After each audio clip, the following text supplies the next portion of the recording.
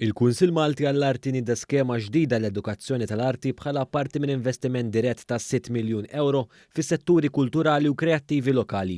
L-iskema ġdida l-edukazzjoni tal-arti se tinjetta investiment dirett ta' 120.000 euro fis settur tal-formazzjoni u l-iżvilupp tal-arti. Dan tħabbar f'konferenza tal-aħbarijiet tal-Gvern e kif ġie spjegat li din l-iskema hija kruċjali fil-bini tas-settur kulturali u kreattiv robust. Fl-Università Antika fil-Belt Valletta d-direttur għal-fondi u l-istrateġija Marian Kawki spjegat li din l-iskema ġdida hija miftuħa għall-organizzazzjonijiet attivi fl-edukazzjoni u taħriġ tal-arti.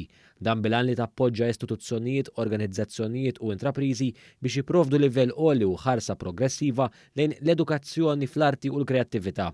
L-idea hija li propju nejnu l-dawn l-organizzazzjonijiet fil-metodi u prattiċi tagħhom biex jitejbu l-prattiċi tagħhom anke capacity building, training, il-curriculum, il-delivery, ġifieri minn kull aspett.